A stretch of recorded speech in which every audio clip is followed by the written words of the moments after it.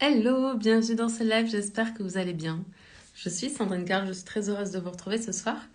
Et puis, comment vous dire, il y a des jours où, juste avant de démarrer la caméra, là, je sais absolument pas de quoi je vais parler. Et puis ça, c'est très très souvent. Puis il y a d'autres jours où le sujet du live, du soir, de la journée, va se dessiner tout au long de la journée. Puis c'est le cas pour aujourd'hui.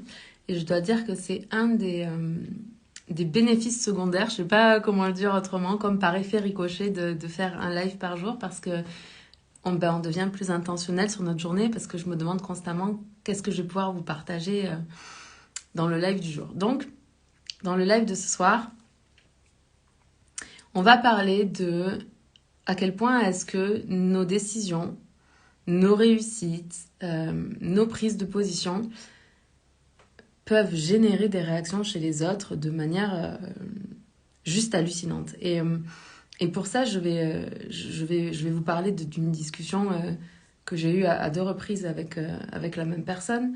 Et puis, hello Marie, bienvenue dans ce live, merci pour les petits cœurs.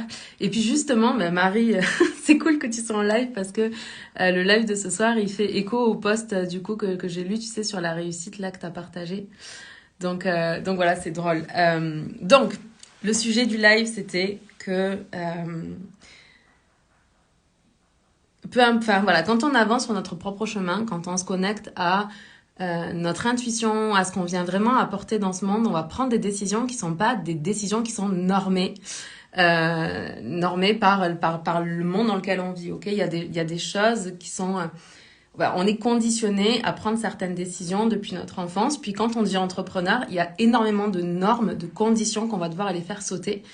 Et puis je me rends compte que ces normes et ces décisions, quand on va devoir les prendre de soi à soi, ça va nous demander du leadership. Le leadership, c'est et la capacité à décider, parce que des fois, on ne décide pas, on prend jamais de position, on décide jamais ce qu'on a envie de faire, du coup, on n'est jamais dans notre leadership. Puis le leadership, au-delà de ça, c'est aussi ne pas décider en rapport à la peur, mais bien en fonction de ce que l'on veut vraiment. Et puis du coup, tant qu'il y a Marie là, parce que j'imagine qu'elle est occupée puis qu'elle va aller faire plein d'autres choses, elle partageait un post que je vous invite à aller voir d'ailleurs, dans lequel elle expliquait que quand elle a eu une très grande réussite dans son entreprise, ben du coup, ça a déclenché des réactions assez fortes chez les gens, des réactions auxquelles elle s'attendait pas. Et ben c'est la même chose pour moi dans ma vie sur un autre endroit, dans un endroit personnel, mais ça a été la même chose pour moi quand j'ai voulu devenir entrepreneur. Ma famille m'a pas soutenue. Déjà, quand je suis passée de la fac de physique-chimie à la fac de psycho, c'était le drame. J'allais exercer un métier de charlatan. Donc voilà, c'était pas du tout normé par ma famille. Puis quand j'ai voulu devenir entrepreneur, c'était encore pire. Puis en plus, entreprendre dans le coaching en ligne, alors là, voilà, ça a fait des vagues. Quand j'ai eu mes plus gros mois de lancement aussi et que je l'ai partagé, mais avec mes amis, avec juste l'intention, ben voilà, qu'on puisse ouvrir une bouteille de champagne, que je puisse les inviter pour qu'on puisse célébrer ensemble. Il y a certaines personnes il y a certaines personnes qui étaient contentes pour moi, puis il y en a d'autres, je suis devenue leur sujet de discussion dès que j'étais pas là pour dire à quel point est-ce que ce que je faisais c'était pas bien, à quel point mes tarifs c'était pas bien, ma manière de faire c'était pas bien, ma manière de m'habiller c'était pas bien. J'avais des amis qui critiquaient la manière dont j'étais habillée dans certaines vidéos, donc c'était assez bizarre quand on a passé 10 ans avec ces personnes-là, d'avoir cet écho-là, puis que les gens nous disent ces choses-là. Et donc, si vous traversez ça, en ce moment, ce que je voudrais vous dire, c'est que ça va arriver, en fait. Dès lors que vous allez suivre votre propre chemin, juste regardez quand on prend une décision de nous par rapport à nous. Là, la discussion que j'avais, c'était par rapport à ma santé. Je fais partie de ces personnes qui pensent que c'est pas que je refuse la médecine, loin de là, je respecte la médecine, etc. Mais c'est jamais un médecin ou un corps, ou une équipe de médecins ou le corps médical qui va m'imposer quoi que ce soit par rapport à mon corps. Je vais prendre en considération ce qui va dire une personne, une autre personne, puis je vais aussi prendre en considération ce que je pense qui est bon pour moi, ce que moi je vais ressentir dans mon corps, dans mes cellules, et je vais jamais me soumettre à l'autorité. Pas parce que je veux être en rébellion, mais juste parce que j'ai envie d'avoir le choix de décider ce qui est bon pour moi sans jamais me sentir obligée de prendre une décision. Et donc, j'ai eu cette conversation avec une personne ce week-end, aujourd'hui, où j'exprimais simplement le fait que j'envisageais des choses que cette personne, elle avait jamais pensé dans sa vie.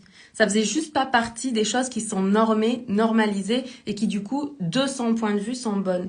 Donc du coup, ça a été un conflit et j'essayais même pas d'avoir raison par rapport à ça, puisque c'est mon point de vue et j'ai bien conscience que chaque personne est libre. Mais vous pouvez vous retrouver dans ces situations. Marie dit, c'est pas inné chez l'humain de se réussir de la réussite des autres. C'est vrai, c'est incroyable. Ça, c'est un truc, c'est incroyable. En plus, quand on s'intéresse un petit peu à l'entrepreneuriat, à la spiritualité, enfin, je trouve que quand même, quand on fait de l'entrepreneuriat, on va s'intéresser au développement personnel, et puis tout développement personnel conduit au développement spirituel. Donc, à un moment donné, on va connecter avec la spiritualité. Et dans la spiritualité, ils disent bien que si tu souhaites quelque chose pour toi, eh ben, souhaite-le pour les autres, encourage les autres, félicite les autres, parce que quelque part, vibratoirement, tu vas t'attirer ça.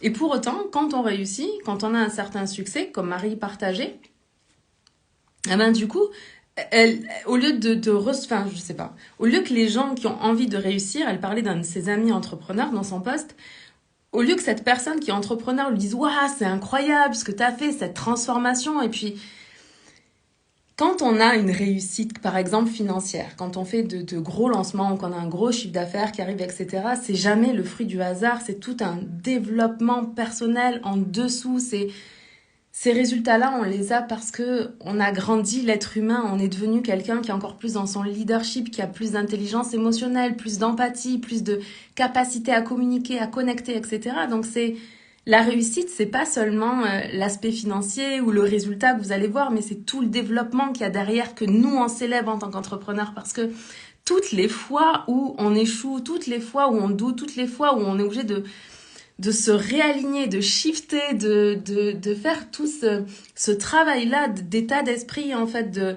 se dire, ok, j'ai peur de ça, mais ce que je veux, c'est ça, et je vais juste y aller parce que je sens que c'est bon pour moi, puis si c'est bon pour moi, c'est bon pour les autres et c'est bon pour le monde. Tous ces moments-là qu'on traverse, où on doit tenir une énergie qui parfois est à l'opposé de ce qu'on est en train de traverser dans nos situations, quand on réussit, c'est plus ça qu'on va célébrer. C'est tout ce parcours on est passé. Et du coup, je trouvais ça dommage que son ami entrepreneur, du coup, la soutienne pas, parce qu'a priori, s'il est entrepreneur, ben, il a envie que son entreprise génère de l'argent, il a envie de contribuer au maximum de personnes, donc avoir une belle réussite. Mais comment est-ce qu'on peut souhaiter avoir la réussite pour toi si on critique la réussite des autres? Ça fait aucun sens. Ça fait vraiment aucun sens. Donc, ce que je voulais vous dire là, c'est que premièrement, si vous vous sentez mal avec la réussite d'un ou d'une de vos amis, demandez-vous en quoi leur réussite à eux, à elle, ou la réussite de Marie, si on prend l'exemple de son ami, va venir vous enlever quoi que ce soit à vous.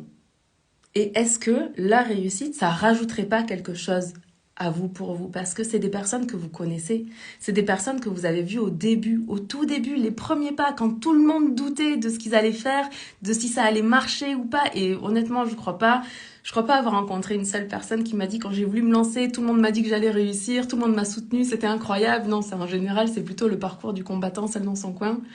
Puis on commence à faire des choses, on commence à montrer aux gens qu'on met des choses dans le monde, puis les gens commencent à aimer ce que l'on fait, ils s'intéressent à ce qu'on fait, puis ils commencent à nous soutenir, mais c'est rare d'être soutenu avant même d'avoir fait. Mais si vous avez une personne autour de vous qui est partie de zéro, qui a eu une belle réussite, qui a eu des échecs, une autre réussite, puis qui s'est développée, qui a créé quelque chose, mais c'est une source d'inspiration extraordinaire, parce que quand vous voyez quelqu'un sur les réseaux sociaux, je veux bien que vous vous disiez oui, mais pour elle, c'est pas pareil. Admettons. Mais quand c'est votre ami, quand c'est quelqu'un que vous connaissez depuis longtemps, vous avez partagé énormément de choses, puis vous voyez cette personne évoluer, se développer, prendre son expansion en tant que femme, en tant qu'entrepreneur, mais on peut que célébrer ça. Parce que c'est beau pour cette personne, c'est beau pour nous, c'est beau pour le monde, c'est beau pour les femmes entrepreneurs. Si on parle de l'entrepreneuriat au féminin, c'est beau de voir ça. Puis c'est stimulant, c'est encourageant, donc je sais que parfois c'est pas facile, je sais que quand vous vous lancez ou quand vous réorientez ou quand vous faites un mouvement qui est pas normé, normalisé par la société et parfois même par le milieu du développement personnel, par l'entrepreneuriat, quand vous sortez un peu des codes et que vous en faites un peu qu'à votre tête, c'est une bonne chose d'en faire qu'à votre tête. C'est une bonne chose d'en faire qu'à votre intuition, on devrait dire. Parce qu'il faut se méfier quand même un peu du mental menteur.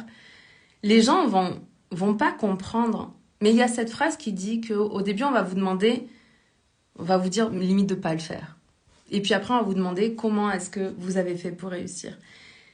Et dans ce parcours-là, à chaque fois que quelqu'un va dire quelque chose contre vous, ne va pas vous soutenir, l'idée c'est pas de développer non plus la rage de réussir pour prouver à cette personne que, c'est juste remettez vos antennes à l'intérieur, allez développer plus d'amour pour vous, plus d'amour pour votre intuition, pour votre guidance, pour vos rêves, pour vos projets, pour les gens qui sont autour de vous, peut-être vos enfants, votre conjoint, les gens qui vous soutiennent, qui vous ont toujours soutenu. Et juste avec un petit peu plus d'amour, faire le pas d'après, et le pas d'après, et le pas d'après. Et pas après pas, 1% de plus d'amour après 1% de plus d'amour, on réussit à faire de grandes choses. Seulement, si quand vous entendez ces choses-là, vous ne vous laissez pas aspirer par la déception que vous allez ressentir, parce que les autres, vous allez devenir en fait un miroir pour les autres, où ils vont voir des parts d'ombre d'eux qu'ils ne veulent pas voir. Et ces parts d'ombre qu'ils ont à l'intérieur d'eux, vous ne pouvez pas vous empêcher de briller vous pour ne pas les déranger eux. Ça fait pas de sens. Vous êtes venu sur cette planète, dans ce monde, pour vous réaliser, pour donner votre message, pour aller faire rayonner votre propre lumière, votre propre guidance, votre propre contribution à ce monde. Et très souvent, on a tellement peur de ce que les autres vont penser qu'on va se réduire, qu'on va se limiter dans nos accomplissements, dans ce qu'on a envie de faire parce qu'on n'a pas envie de déranger. Et des fois, ça nous concerne personnellement, comme je vous disais, ça concerne votre santé ou les choses qui sont importants pour vous, puis les autres vont vouloir vous imposer quelque chose juste parce que c'est pas dans les clous. Et ça demande un certain leadership et une certaine foi, une certaine confiance en soi de se dire, mais ok, peut-être t'es pas d'accord avec moi et peu importe le nombre de fois que tu vas remettre ce sujet sur la table, ma décision, c'est ma décision, puis cette décision, elle est plus importante que tout. Et c'est pas seulement décider, c'est vraiment de s'engager à 100% pour réaliser ce truc-là. Et ça va vous surprendre. Je sais que ça va vous surprendre parce que ça nous surprend tous. Quand on a d'un coup une grande réussite, une belle réussite, on s'attend à ce que tout le monde dise « Waouh, extraordinaire, bravo, tu l'as fait, je suis tellement fière de toi ». Puis c'est pas vraiment ce qui se passe. Mais c'est pas parce que c'est pas ce qui va se passer avec une, deux, trois personnes que les autres personnes ne seront pas là pour vous. Et vous le savez, à cause du biais cognitif de négativité, du coup, on a tendance à concentrer notre attention sur ces personnes qui vont pas nous soutenir.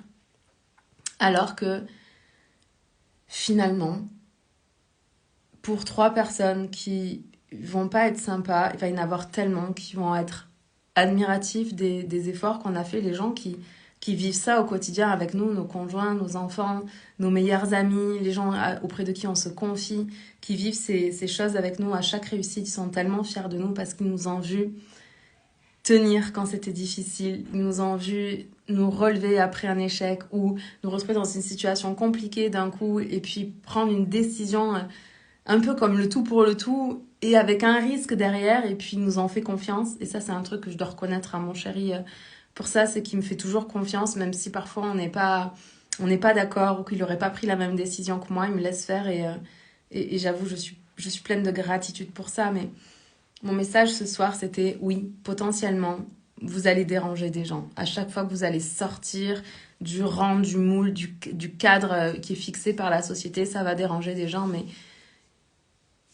qu'est-ce que vous voulez en fait? Est-ce que vous voulez vous empêcher de vous réaliser parce que vous avez peur de ce que les autres vont penser ou est-ce que vous allez pleinement assumer qui vous êtes une bonne fois pour toutes ou tous les jours, tous les jours vous allez devoir réaffirmer qui vous êtes puisque vous voulez vraiment et vous engager là-dedans parce que le sentiment d'accomplissement, il n'arrivera pas parce qu'on va rester dans quelque chose de normé. Vous vous rappelez, je vous ai parlé de la pyramide de Maslow là récemment, je sais plus dans quel live c'était, enfin je vous en parle régulièrement, mais le sommet de la pyramide du coup c'est le besoin d'accomplissement. Il n'y a pas d'accomplissement sans dépassement de soi. Il n'y a pas d'accomplissement sans sortir du rang, sans écouter notre guidance, notre message, ce qu'on a envie de mettre dans le monde. Et si vous vous interdisez de faire des choix parce que vous savez que ça va déranger votre famille, votre conjoint, vos parents, vos beaux-parents, peu importe vos voisins, vos amis, j'en sais rien, peu importe qui, et que vous vous empêchez de faire ça, vous allez juste vous empêcher de vous réaliser. Et finalement, ce sommet de la pyramide des besoins de Maslow, avec le besoin d'accomplissement, vous allez juste passer à côté. Donc, c'est comme pour tout, la réussite, il y a les deux faces de la médaille. Il y a la réussite de tout ce que l'on a traversé, qu'on a surmonté et qu'on a comme vaincu, réussi, on est sorti victorieux de plein de choses, puis c'est finalement ça qu'on célèbre encore plus que le montant de chiffre d'affaires qu'on a fait. Puis à l'autre côté où notre réussite, elle va aller activer les autres, mais ça devrait jamais, jamais nous amener à nous limiter dans ce que l'on a envie de faire et dans la manière dont on a envie de vivre notre vie. Je me rappelle il y a quelques années, puis là ça remonte vraiment à un moment, il faut remonter 2012, quelque chose comme ça. En 2012, j'avais pris une grande décision par rapport à ma santé. Puis j'avais vraiment envie de vivre différemment, de manger différemment, etc.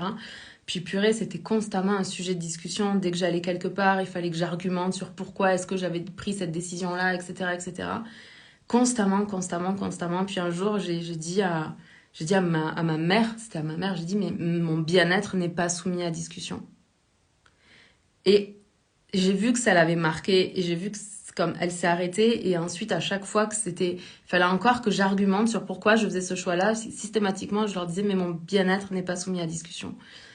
Et finalement c'est peut-être une phrase que j'aurais dû sortir aujourd'hui ou ce week-end, mais c'est ça en fait, votre bien-être, ce qui va vous permettre de vous réaliser, d'être pleinement heureux, votre bonheur n'est pas soumis à discussion, votre santé n'est pas soumise à discussion, tout ce qui est important pour vous ne devrait jamais être soumis à discussion.